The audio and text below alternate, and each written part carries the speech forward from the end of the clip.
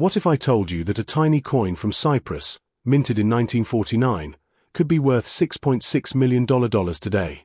Yes, a coin called the 1/2 piastre. At first glance it looks like an ordinary old coin, something you might find in a drawer or an old collection.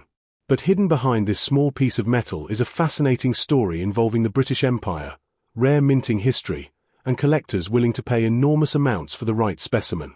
Today on Old Coin Vault, we're uncovering the truth about the 1949 Cyprus 1/2 piastre coin, its history, rarity, and whether it could really be worth millions. So before we start, imagine checking your old coins and suddenly finding one worth a fortune. Let's dive in. Keycap 2 Historical Background. 1 minute. To understand this coin, we need to go back to the island of Cyprus in the mid-20th century. During that time, Cyprus was under British rule as part of the British Empire. The British introduced their own currency system on the island. One of the smallest denominations used in Cyprus at that time was the piastre. The system worked like this. £1 equals 180 piastres. Coins included 1/2 piastre, 1 piastre, 3 piastres, and more. The 1949 1/2 piastre coin was one of the smallest and most commonly used coins for everyday transactions. People used it for small purchases like bread, fruit, or local market goods. But today, it has become a fascinating piece of history. Keycap 3 The design of the coin, 1.5 minutes. Let's take a closer look at the design of this coin. On one side of the coin, you'll see the portrait of King George VI, who was the monarch of the United Kingdom at the time. His portrait appears on many British colonial coins minted during the 1940s. Around the portrait is the inscription identifying him as the king.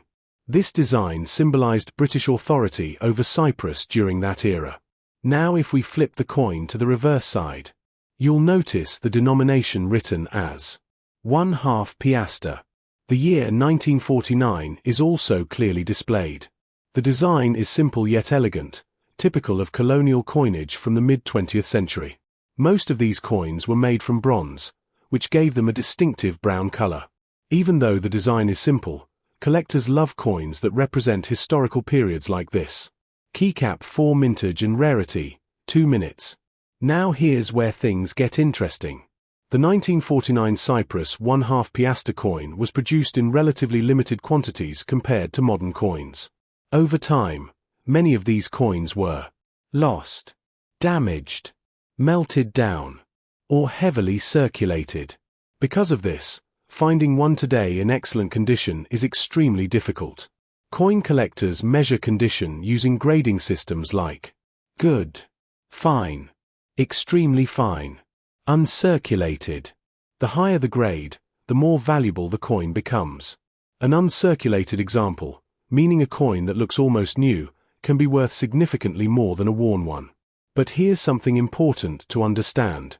Many online posts claim this coin is worth $6.6 million, but that number usually appears in viral listings or exaggerated claims. The real value depends on condition, authenticity, collector demand, historical significance. Even so, rare colonial coins can sometimes sell for surprisingly high prices at auctions. Keycap 5 Why some coins sell for millions, 2 minutes. You might wonder, how can a small coin become worth millions? There are several reasons. First is rarity. If only a few examples exist in perfect condition, collectors compete aggressively to own them. Second is historical importance. Coins connected to major historical periods, like the era of King George VI and the late British Empire, attract collectors worldwide. Third is collector demand. Coin collectors, also called numismatists, often search for specific years or mint varieties to complete their collections. And when two serious collectors want the same coin, the bidding war begins.